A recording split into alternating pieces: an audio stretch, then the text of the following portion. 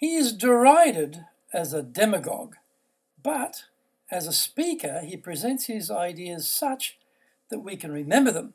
Isn't this what we also want with our audience? Think back though, how many key messages can you recall from the many business presentations you have heard over the course of your business career? I would guess not many or none.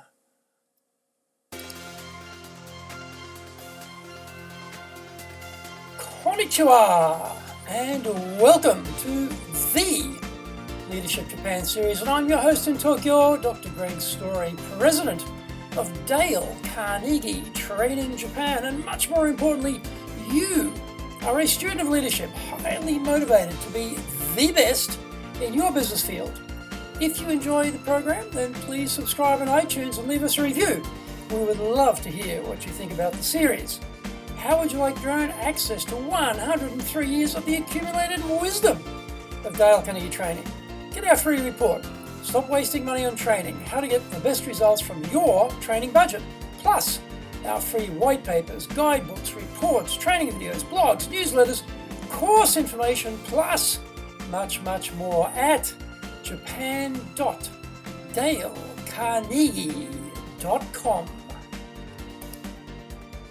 Today is episode 119, and we are discussing unpacking Donald Trump's persuasion power. Donald Trump breaks many of the rules of presenting, but he gets the key stuff right. Love him or loathe him as a contender for the Republican Party presidential race nomination, he continues to perform strongly in the polls against the expectations of the vast majority of American political experts. So, he must be doing something right, as he is proving to be very persuasive with the audiences who flock to hear him speak. Are there any lessons here for us when we come to give our own presentations? He is authentic when he speaks. There is no speechwriter grinding away in the background, polishing his prose to within an inch of its life. None of those semi-invisible prompters on the left and right to drip feed the polished input. He does have some notes to keep him on track, but he barely refers to them. He digresses, goes off on tangents, gets sidetracked, but the audience understands this is the price for the speaker being non-scripted. He keeps their attention because he concentrates on his audience.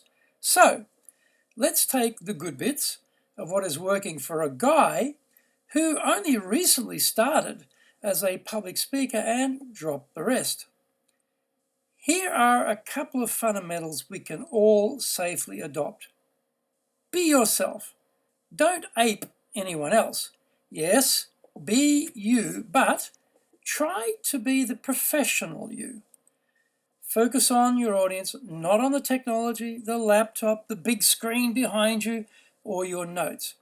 Having one thing to focus on makes the public speaking task easier. So, divest distractions. One observation is that he has been getting a lot of practice lately. Prior to this run for the nomination, he rarely had to make such long public speeches. Like the rest of us, he had to learn by doing. Repetition is key to learning new skills, and so seizing every chance to present is needed to improve our professional craft. Sounds terribly logical, doesn't it?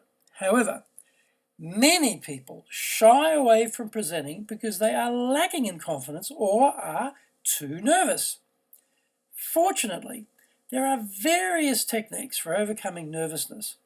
These can be learnt, and by increasing the frequency of presenting, we gradually become more comfortable with the process.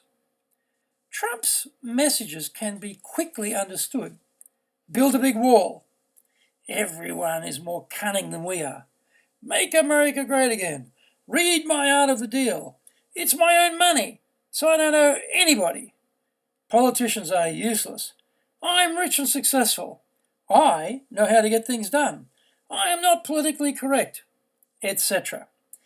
He is derided as a demagogue, but as a speaker, he presents his ideas such that we can remember them. Isn't this what we also want with our audience? Think back though. How many key messages can you recall from the many business presentations you have heard over the course of your business career? I would guess not many or none. Here is the key question. Will people remember yours? When we speak, we need to have clarity around the key points we want to get across in the time we have available. Taking on too much content, death by PowerPoint, nullifies the key messages we want to have resonate with the audience. A major information dump is also a killer, especially when quoting lots of data. Overload just destroys the communication and the audience are lost. Trump totally oozes self-confidence. Confidence certainly sells, and if he has any self-doubt about this new public speaking role for himself, he is certainly not sharing it with his audience. Now, we may not have his same degree of self-belief or his serious billions, but we must exude confidence when speaking with our audience. Some people say, fake it till you make it. Remember, in the room, there is only one person who knows you are not confident, and that person is you. Unless you run around advertising it, nobody else will have a clue. In Dale Carnegie, we bolster confidence through embracing the 3 E's. We have earned the right to speak because we know our subject. We are excited because of our positive feelings for the content, and we are eager to share with our audience because we feel this will help them. There is a crossover point as a speaker where you stop concentrating on yourself and what is wrong with you, and then you start concentrating on your audience. Employ the 3 E's and you will become confident. Even if we are not super confident at first, never ever show that to the audience. They buy speaker self-belief, and our job is to provide it. Trump loves to tell stories. NBC begged me to do a new season of The Apprentice. Carl Icahn told me he's ready to be my negotiator with China.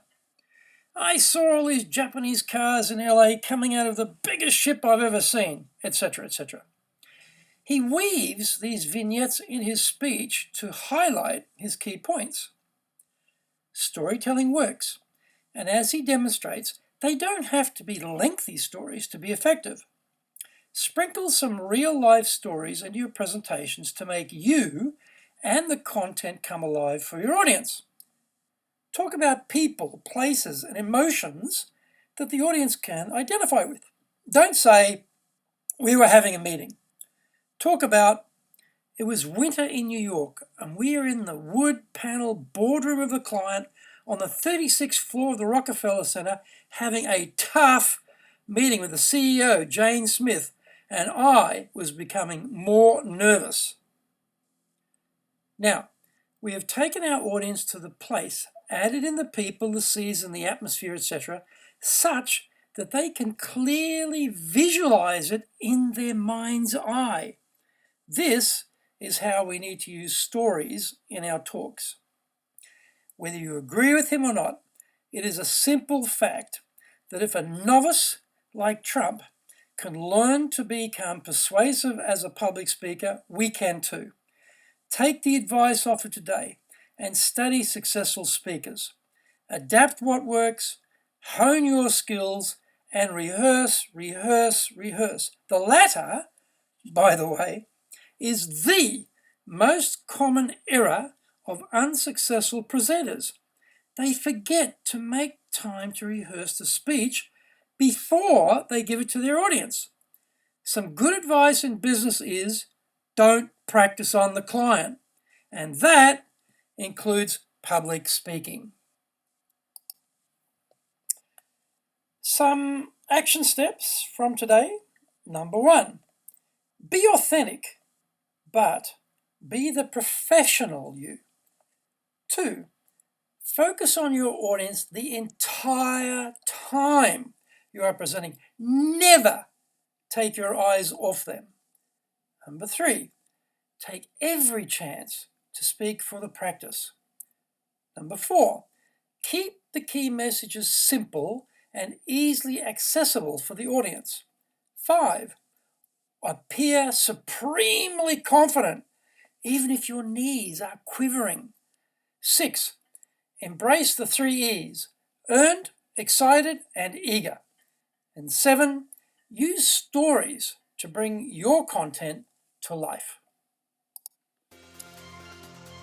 Thank you for joining the Leadership Japan series. If you found the program useful, then please subscribe on iTunes and leave us a review. Remember, to access your Dale Carnegie training, free reports, white papers, guidebooks, training videos, blogs, newsletters, course information, plus much, much more, then go to japan.dalecarnegie.com.